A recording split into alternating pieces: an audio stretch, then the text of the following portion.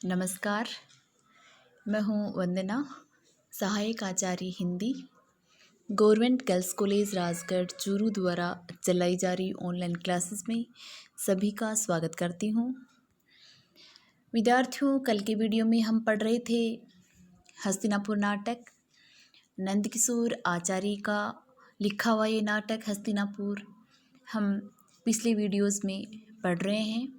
उसी कड़ी में आज भी हम हस्तिनापुर नाटक के आगे का भाग पढ़ने जा रहे हैं।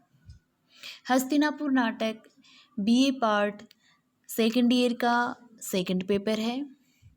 तो चलिए देखते हैं। स्त्री विमर्श पर केंद्रित ये है नाटक हस्तिनापुर। तो चलिए देखें। शुभा, फिर आपने महाराज विचित्रवीर्य को कैसे स्वीकार कर लिया? अंबिका, विवशता थी, हम विजित थी, कोई राजा हमें स्वीकार करने को प्रस्तुत न होता। अम्बा गई थी न साल्व के पास, वह तो प्रेमी था उसका, पर स्वीकार नहीं किया उसने। भीष्म ने जीत जो लिया था उसे। स्त्री जैसे कोई धन संपदा है जिसे कोई भी बलपूर्वक जीत सकता है। शुभा, स्वर्गीय महाराज लेकिन बहुत चाहते थे आपको। अंबिका कहती है, इसके लिए मैं उनकी कृतज्ञ हूँ। शुभा, किंतु कृतज्ञता मेरे यौवन की संतुष्टि नहीं हो सकती थी। शुभा, महारानी। अंबिका उसे कहती है, हाँ शुभा, तुम मेरी सखी हो। स्वर्गीय महाराज में कामेच्छा बड़ी प्रबल थी, पर शक्ति नहीं थी उतनी, तभी तो राज्यक्षमा से ग्रस्त हो गई। छोड़ो शुभा यह सब, अब तो आज की तैयारी करो। यह एक रात मेरे पूरे जीवन को सार्थक बना देगी। भीष्म ने मेरे लिए स्वीकृति दी, यह बात ही कितनी रोमांचक है मेरे लिए। तो क्या वे मेरी तरह, ओह इतना बल, इतना पुरुष, इतना तेज कैसे सह पाऊंगी मैं? रात हो गई है महारानी, मैं अभी आती हूँ। शुभा चली जाती है। अंबिका कहती है, ओह भीष्म आजन्म ब्रह्मचारी, तुम मेरे लिए अपनी प्रतिज्ञा तोड़ना स्वीकार कर लिया तुमने। इससे बड़ा सौभाग्य क्या जाना होगा किसी ने। दर्पण के सम्मुख खड़ी होकर अपने को देखती है। हाँ, बहुत कुछ है अभी जो तुम्हारे योग्य है भीष्म। यह एक रात पूरे जीवन को सार्थक कर देगी। कुछ श्रृंगार करने का अभिनय करती है। अचानक महामुनि व्यास का प्रवेश। व्यास कहते हैं, कृष्णद्वैपायन का रानी अंबिका को आशीर्वाद। अंबिका, महामुनि आप? प्रणाम करती है, किंतु आप इस समय अचानक? व्यास कहते हैं, माता सत्यवती ने क्या तुम्हें बताया नहीं? अंबिका, वे आई थी नियोग के लिए मेरी सहमति लेने। व्यास, क्या तुम सहमत नहीं हो? अंबिका, नियोग तो धर्म सम्मत है प्रभु। व्यास, निसंदेह है। अंबिका, मैं इसलिए भीष्म के स्वागत की तैयारी कर रही थी। व्यास, भीष्म के स्वागत की? अंबिका, हाँ माता, सत्यवती ने कहा कि देवर नियोग के लिए आएंगे। व्यास, हाँ देवर, किंतु भीष्म नहीं। अंबिका, वही तो एकमात्र देवर है मेरे। व्यास, यह कृष्णद्वैपायन भी तुम्हारा देवर है अंबिके। माता सत्यवती ने मुझे ही नियोग की आज्ञा दी है। अंबिका, आप देवर? नहीं नहीं, यह कैसे हो सकता है? आप तो ऋषि पराशर के पुत्र हैं।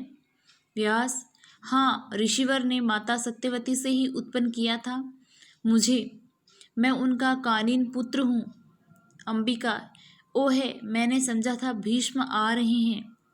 व्यास, भीष्म तो बद्ध हैं प्रतिज्ञा से, इसलिए तो माता ने मुझे स्मरण किया है। अंबिका, ओ है, यह क्या हो गया मुनिवर? आपके लिए मेरे मन में इस तरह का भाव हो ही कैसे सकता है? व्यास, क्या मैं समझूं कि तुम्हें यह नियोग स्वीकार नहीं? नियोग वासना पूर्ति के लिए नहीं है अंबिका, वह संतान के लिए हो तभी धर्म सम्मत है।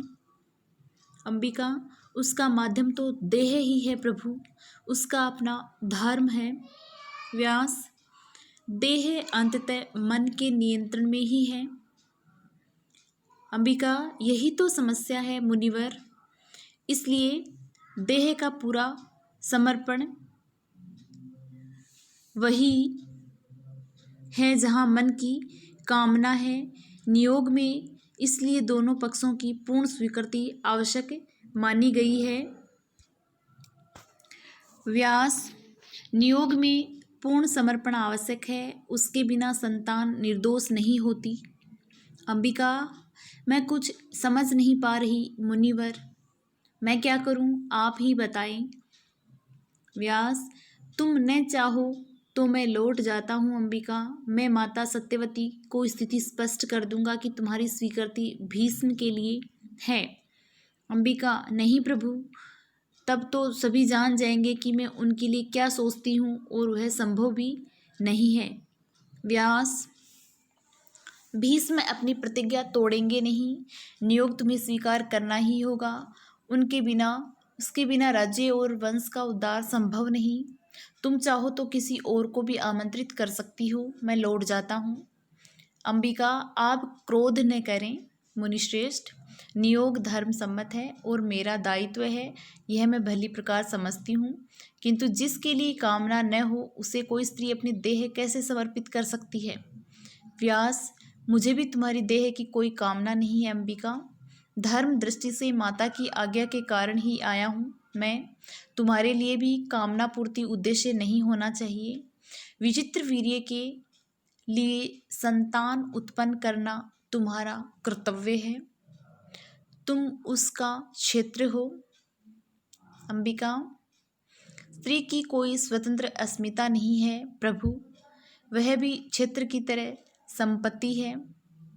व्यास, तुम यह क्यों नहीं देखती कि बीज का कोई महत्व नहीं, सारा महत्व क्षेत्र का है।